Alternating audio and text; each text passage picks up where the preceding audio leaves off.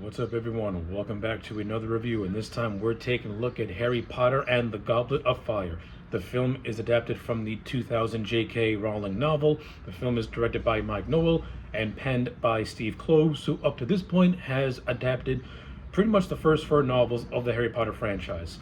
The fourth film of the series tells the story of Harry Potter's fourth year at Hogwarts University, as he has been chosen by the said Goblet of Fire to compete in what is known as the Tri-Wizard Tournament. And while all that's going on, more secrets from Harry's past are brought to the forefront. So, with all that being said, let's talk about Harry Potter 4 and the Goblet of Fire. Okay, so I'm going to do my best to kind of breeze through the Goblet of Fire because unlike the first three movies of the Harry Potter franchise, I wasn't really feeling Goblet of Fire until like maybe the last hour. I found this movie to be kind of a drag, to be kind of boring. I kind of like it on the same level as Chamber of Secrets, in which I don't think it's necessarily a bad movie. I just feel that it's overstuffed, and you can really feel that this movie has a near 3 hour length. Like, this movie has no business being 3 hours long. I don't think it tells an engaging story to warrant that. I think with the story that it's trying to tell, again, as I mentioned in Chamber of Secrets, you can cut out a half an hour and you're still going to get the same movie if you just quicken the pace and tighten up a lot of things. Like, to me, this movie feels bloated, overstuffed, crammed in. It's getting to the point where the films are starting to introduce a lot of characters, and now these movies are getting longer because it has to deal with these characters as well. And you get characters that I do like that are barely in the movie and are sidelined. For an example, Sirius Black makes a more or less Sirius Black has a cameo in this movie after being a major component in the last movie. He has one scene in this movie, and it's not even a physical form of him. He's taking the guise of a fireplace while talking to Harry. And really, that's the best utilization of Sirius Black, Gary Oldman, in this film. His contribution is just to be a CG fire while Harry talks to him.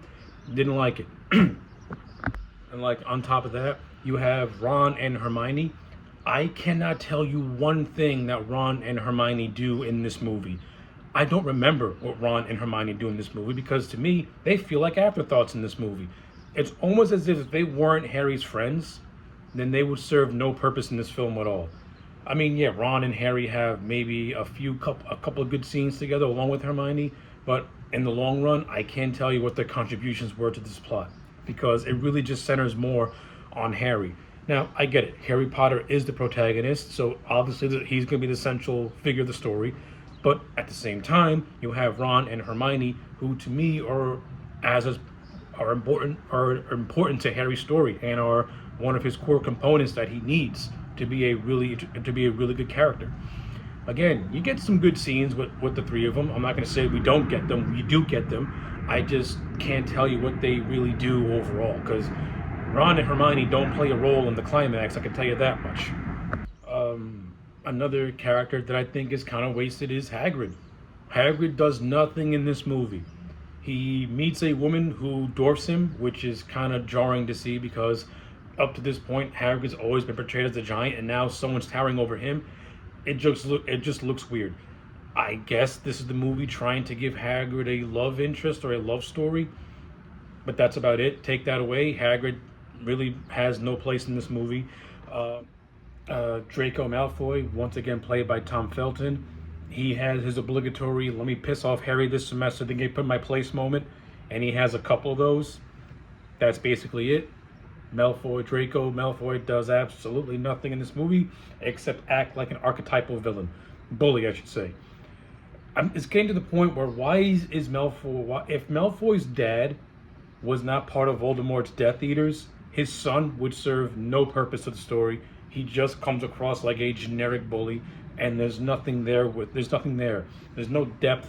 There's no anything to make him an interesting character. He's just there, and it's getting to the point where I just don't care to see his character anymore because he does absolutely nothing but bully Harry, and then get put in his place, and then the movie forgets about him. It's become a running gag that I'm starting to not laugh at. I'm kind of getting mildly annoyed with it. I think this movie's pacing is really sluggish. I think you can feel that this movie is trying to break the 3 hour runtime, and it just doesn't, to me, it doesn't have a story that's worthy of a 3 hour runtime.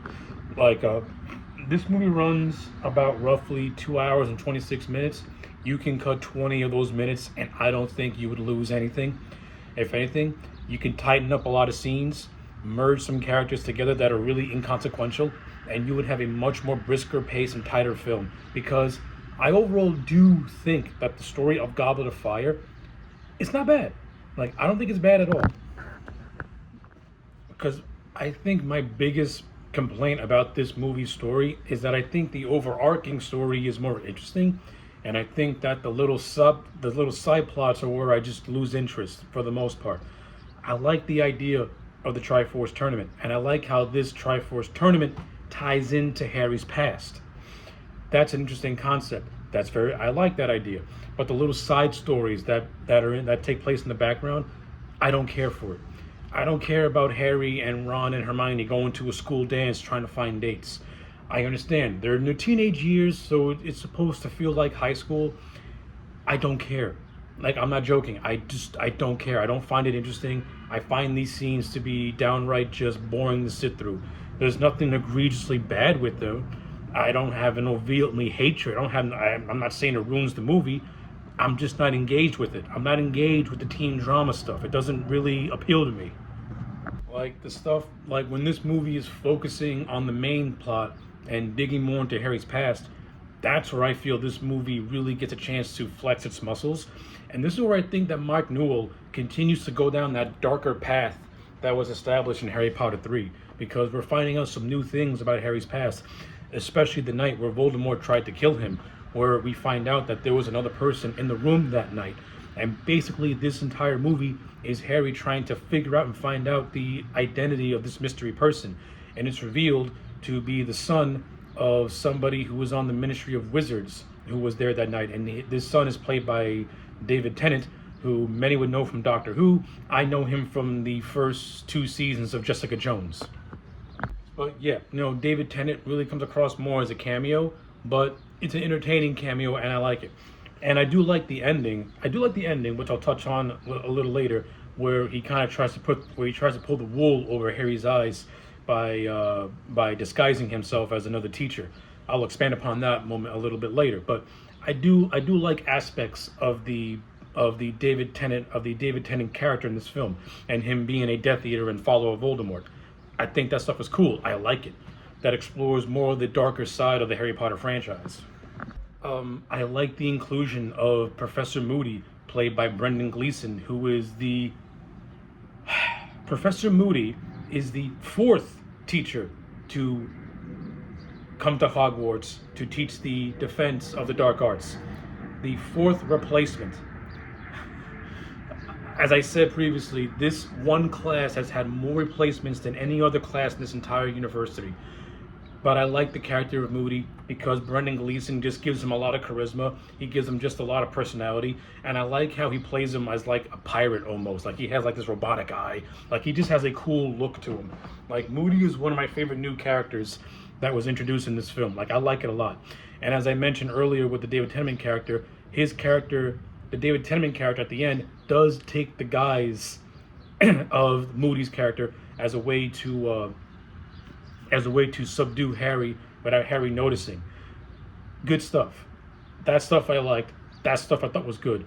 But a lot of that comes in the second half of the movie, which I think is the strongest half of the movie. Especially since the ending recontextualizes a lot of what this movie was. So the whole thing with the Goblet of Fire is that it's meant to pick the players that'll be a part of the Triwizard Tournament. Now, according to the rules, anyone that's under the age of 17 is ineligible to compete in said tournament. However, Harry's name popped out of the Goblet of Fire. And of course, everyone is very shocked about this. Dumbledore is shocked about this. He's also angry about this because he thinks that Harry put his name in there when that's not the case. It's actually revealed at the end of the film that Barty Jr., disguised as Moody, put Harry's name into the Goblet of Fire, hence how Harry was chosen from said goblet. it kind of retroactively makes Barty Jr. the main protagonist of this film the entire time, which I don't got no problem with. I thought that was actually pretty cool. I thought that was actually pretty interesting. But I also raised a little bit of a question.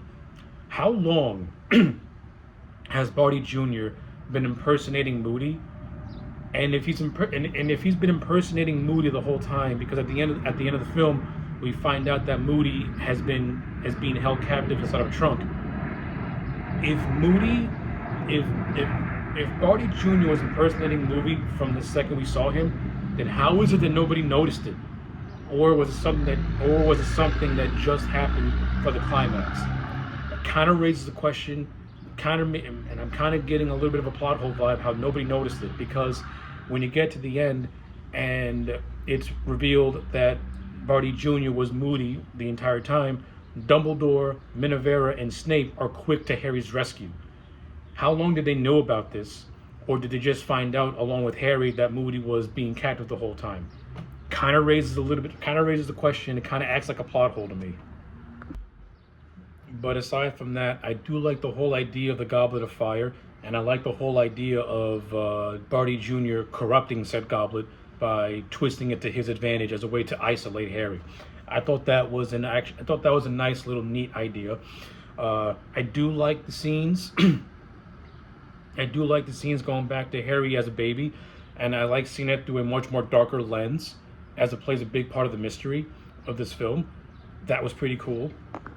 I think some of the action sequences in this movie, they're not as good as the third movie, but they're still very, very solid. This movie, to me, does have a couple of standout scenes that I thoroughly enjoyed. I like the whole scene with the dragon. I thought that was actually nice. I thought that was a nice little sequence. I like how the dragon is a mixture of practical and CG effects done well, so I'll give it that. I like the whole idea of the film taking place around Christmas time. It kind of gives it like this very just Tim Burton-esque kind of feel, which I can appreciate, which I thought was actually pretty cool, especially this one establishing shot where Hogwarts and its compound is covered in snow, and you instantly get that Tim Burton-like wonder out of it, which I think is a really cool aesthetic. And again, I like the whole idea of the Triwizard Tournament, and I like how it's like a test of will, so to speak. Like the tournament kind of plays like death games. Like the first task is to fight a dragon that I mentioned earlier. Then the second task, the champions have to save someone of value to them who are drowning who are under a black lake. And this is actually a cool underwater sequence that I thought was done really, really well. And then the third task takes place in this maze, which instantly gives this movie a very horror aesthetic to it. And it felt like you were watching a horror movie when these characters are running around this maze, which I think is one of the best parts of this entire movie that I thought was actually really well done. Actually, I'm not gonna lie, the last 45 minutes play like a relatively decent horror movie. If this film had a rated R edge to it, you could have gotten such more graphic stuff out of it. Like the last 45 minutes is where this movie goes into the more horror aspect of the Harry Potter franchise, which I think was actually really, really cool. Like, I like the whole idea of Harry and this guy Cedric, who is played by Robert Pattinson. Like, they're traveling through the maze, and this character Frederick gets attacked by like these bunch of weeds that attack him from the ground. And I like how Harry hesitates as to whether or not he should save this guy or continue to push forward with his mission. And I like how Harry has that brief moment of doubt where he's kind of torn on what choice he has to make. And eventually, obviously he chooses to save Cedric, but I like how Harry, for that one split second, pretty much had the thought cross his mind where he was going to let someone die. But because Harry is such a good-natured person, he just can't let that happen. But I do love how Harry makes a light of that and a point to say to Cedric that, yeah, I almost didn't save you. Like, I like it. And that, to me, that makes Harry much more relatable, and also shows that there is a dark side that's buried deep within his good nature. Like there's something dark in him that's brewing, but because he has such a good spirit, he's not going to let it consume him. Now, of course, this is where they both grab this trophy that ends up being a teleporter, and it sends them to a graveyard. And it's in this graveyard where they see Pettigrew, who was introduced in the third movie, And Pettigrew essentially brings Voldemort back to his physical form, and it's great to see Voldemort in a physical form. It's even better knowing that he's played by Ralph Fiennes, and in the 20 minutes of screen time that Ralph Fiennes has as Voldemort, he instantly gives Voldemort this just theatrical personality that is just so much fun to watch. Like, it's so much fun seeing Ralph Fiennes play this character as just being pure evil and loving every minute of it. uh, this, of course, is where he brings in his Death Eaters and he kills the ones who, in his mind, had no inclination to want to seek him out or find him. With one of the Death Eaters being Malfoy's dad, who more or less cons his way into not being killed by Voldemort, which I thought was actually pretty cool as well. And I also think it's pretty cool that Pettigrew has a new hand grown for him that's like metallic in nature. But in this scene, we also get a major death because the character of Cedric is killed by Pettigrew, and I like this scene. It's very emotional. It's very well directed and well acted. And it's made even better when Voldemort pretty much is forcing Harry to watch all this happen, and Harry being powerless to stop anything until finally until Harry is saved by the ghosts of Cedric, this character Frank, and his parents after Voldemort is about to do the killing curse. But since Harry has a protective love spell on him, he's able to fight it off when these four ghosts help Harry fight off Voldemort, giving Harry just enough time to get out of the graveyard and back to the Hogwarts compound, where everyone is mourning over the loss of Cedric. And yeah, this is kind of a downbeat ending. Like, this movie does not have like an optimistic ending to it. It kind of has this ending of ominous that that things are changing now, but they're not going to change for the better because Voldemort is back, and this is going to lead to a whole slew of problems that are going to be not so easy to solve, so to put it lightly. The second half of this movie is what really saves it for me and where it gets really, really interesting. Basically, once Harry goes into Dumbledore's office and goes into this thing called a pensive that has him go back through time to see the trial of Barty Jr., that to me is where the movie really picks up and gets really, really interesting, and where the whole mystery angle really starts to take shape. That's where I start to really like what Goblet of Fire is doing. So like that stuff and the tournament itself, I think are the big major components that save this movie for me.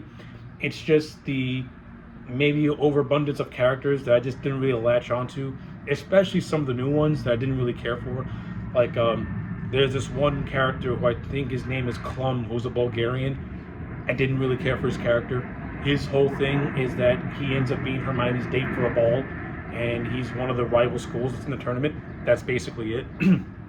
Along with the character of Cedric and Harry, those are the three main players of the tournament, and that's basically it. Like, they're just there to rival Harry in certain ways or not. There's this budding romance with Harry and this girl Chow, which I don't think gets enough screen time. That's just me personally. You do got some nice, funny bits here and there. Like, I like the whole thing of Ron getting his wardrobe for this prom, so to speak, and it looks like a dress that his aunt would wear. I thought that was actually pretty funny. Virtually every single scene with Moody is great. He's a scene stealer for me. Michael Gambon's Dumbledore is really starting to grow on me. I like how he's playing Dumbledore with more of a harder edge to him, and not this lovable grandfather. Like, it's really winning me over. Severus Snape, I still like Severus Snape. I still love Alan Rickman in the role, even though I think he's not really been given a whole lot to do in a lot of these movies since that first one. It's just me personally. I do like the whole idea of him being a Death Eater that revoked Voldemort and ended up being a spy for Dumbledore. I think that gives him a nice, cool edge. Minerva, it's always nice to see Maggie Smith in the role, but I'm content with the fact that she's never going to go beyond where she is. She's just going to continue to be that neutral character that you can swap out with anyone else. It's not going to change much. But because it's Maggie Smith and she does have a lot of charisma, I'll give it a pass. And like I said, even though they're just glorified cameos, always good to see Gary Oldman in some capacity. And it was nice and it was cool to see the return of Jason Isaacs as Draco's dad, who made his return in the third act of the movie too, having his little conversation with Voldemort. So yeah, that was cool as well. But most importantly, thank God the beginning of this movie starts to shy away from Harry dealing with his aunt and uncle, because I got sick and tired of those characters.